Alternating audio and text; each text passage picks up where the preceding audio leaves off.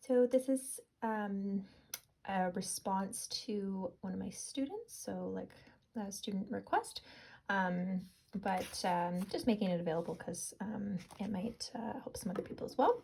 Okay, so we're going to talk about sequencing, where you have a rule where you have like at least X number of players like between other players, something like that. So the example that I'm going to bring up is from prep test 66. So I'm going to go ahead and pull that up on my end here, and you can grab that with like whatever platform you're using.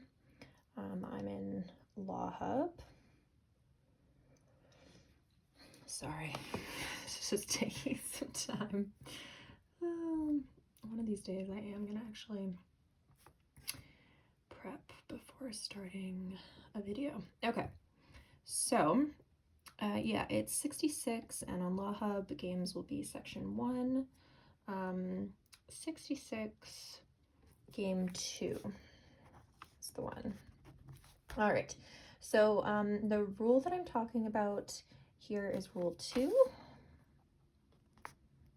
Okay, and it says the two restaurants, there are 2 restaurants in this game, must be separated by at least 2 other businesses. Okay, so we've got restaurant 1 and restaurant 2. They must be separated by at least 2 other businesses. So if they were separated by 2 other businesses, that would be the minimum, right? At least 2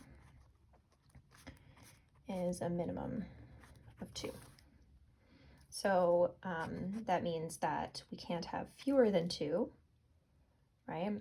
So we have to make sure that we keep 2 between them, but we could have more. So a couple ways that you could write this. I mean, you could just have minimum 2 above. That's handy. Some people like to do a ... right? To show that you could have more. We're not sure.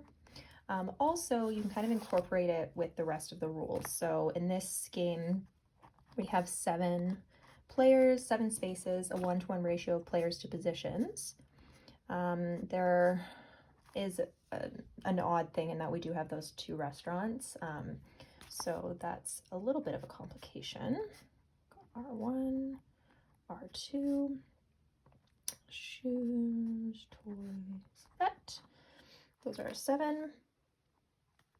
Those are commas. All right. Boy, my writing looks like especially scribbly today. My apologies for that. Okay, so pharmacy is going to be on one end, and one of the restaurants is on the other. We don't know which one. Turns out it doesn't really matter. But this is a restaurant. Now we don't know which end the pharmacy's at, right? But now that we have one of the restaurants, we know the other restaurant has to be at least 2 spaces away. Okay, so they must be separated by at least 2. So we could have the restaurant here, here, or here at this point. We learn later that this has got to be either O or V beside P.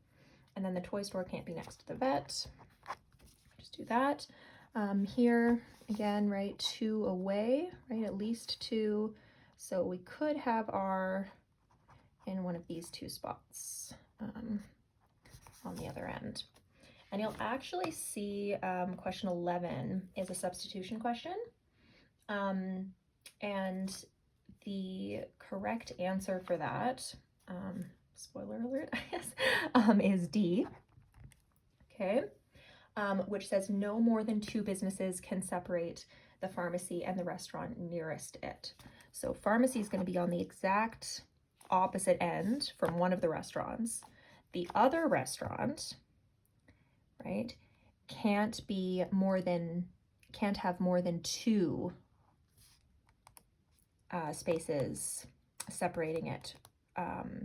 So here it's kind of like we're like pulling that restaurant in towards the pharmacy, right, by saying, well, the maximum is that it's 2 away. That's the maximum, so it can't go past this spot, right? So it's like the pharmacy is kind of pulling it into its orbit.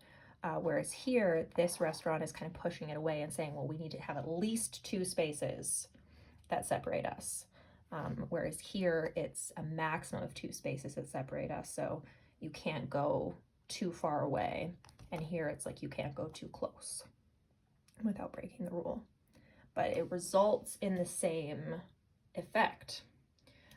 So with a substitution question, you are looking for a rule that ends up having that same effect. So I found that to be pretty cool with this game.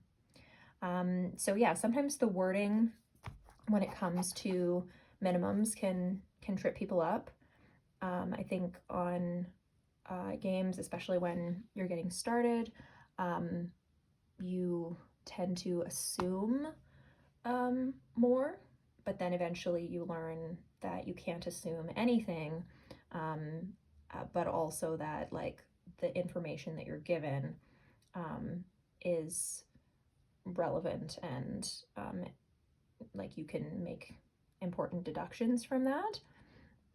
So yeah, I do think like with time you kind of, time, and then also getting some correction along the way, you get to have a different approach to games where you aren't making assumptions because you recognize that that leads to more confusion. Yeah, so must be separated by at least 2 other businesses. Great, so we've got at least 2 in between. And then there was sort of a question also about wording of like between versus in front of.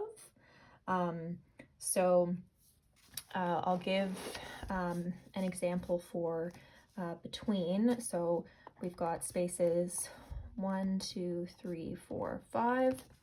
How many spaces are between 1 and 5? 3, right? 1, 2, 3. However, we would say that 1 is 4 spaces ahead of 5. So if you're at 5, you've got to move 4 spaces in order to get up to number 1. Right? Now this is in a situation where like it's a race or something, right? So like the player who's in first is 4 ahead of the player who's in 5th. So just the wording does make a big difference there, right? So you can't just look at, oh, well, there's a 1 and there's a 5 and know whether they're talking about how many spaces between them or know if they're talking about it being like ahead by that many. And a lot of it would come up, if you were to say, okay, well, A and B have 3 players between them in a lineup. Okay, now that's going to mean 1, 2, 3. But if A is 2 spaces ahead of B, that doesn't mean there are 2 between them.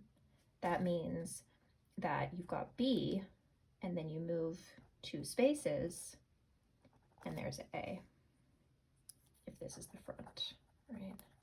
And this is the back. So 2 spaces ahead would mean there's 1 space between. So hopefully that helps if you're having any kind of confusion around that. And I'll just put 66 Game 2 in the title for this one. But yeah, just generally it's trying to kind of clear up when you have that language, and making sure that you're not having confusion there, because that specificity makes all the difference, right? Okay, great. Have a good one, and as always, just let me know if you have any questions.